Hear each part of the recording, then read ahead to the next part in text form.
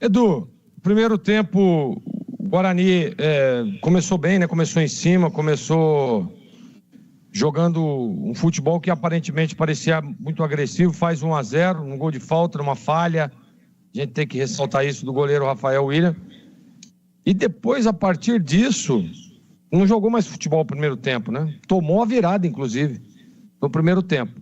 Volta para o segundo tempo com 2 substituições. Alguns jogadores, tecnicamente, melhoraram, evoluíram no segundo tempo. Isso a gente tem que ressaltar. Agora, não dá, né? Pô, tá com jogador a mais, jogando em casa. Toma o gol que tomou o Guarani, cara. Tomou o gol. Ah, mas o gol foi contra, do Sarará. Não. O tal do Marcinho, ele erra o chute, aí a bola bate no Sarará e entra. Um gol totalmente despretensioso ali, né? Mas já era pro atacante ter feito o gol, ninguém acompanhou.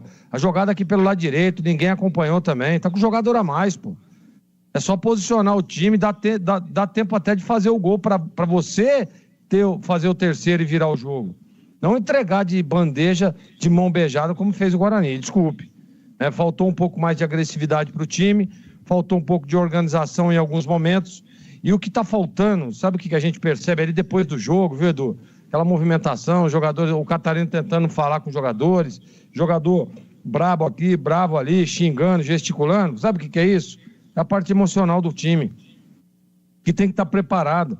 O Guarani entra para ser um dos favoritos ao acesso, né? Para um dos favoritos para estar entre os 4, para brigar aí até pelo título da Série C. Não para isso, né? Isso é para fazer o torcedor passar vergonha, pô. Os caras saem domingo, né? Em vez de estar do lado da família, vai para o campo para assistir o jogo, para incentivar, para empurrar o time, né? Para falar, olha, estamos aqui, vamos junto, vamos recuperar, vamos voltar para a Série B, né? Vamos tentar na Série B voltar para a Série A.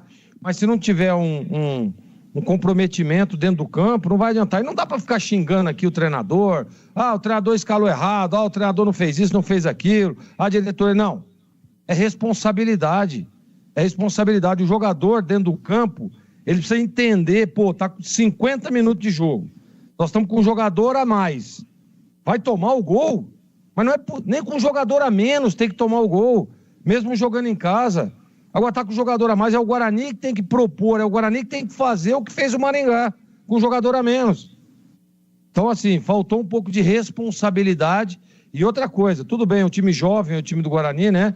Mas tem alguns jogadores experientes que estavam em campo. Esses caras precisam chamar a responsabilidade, pô. É isso que tá faltando. E pra mim, Edu, uma derrota que, olha, não sei, a gente espera que o Guarani possa se recuperar na próxima partida.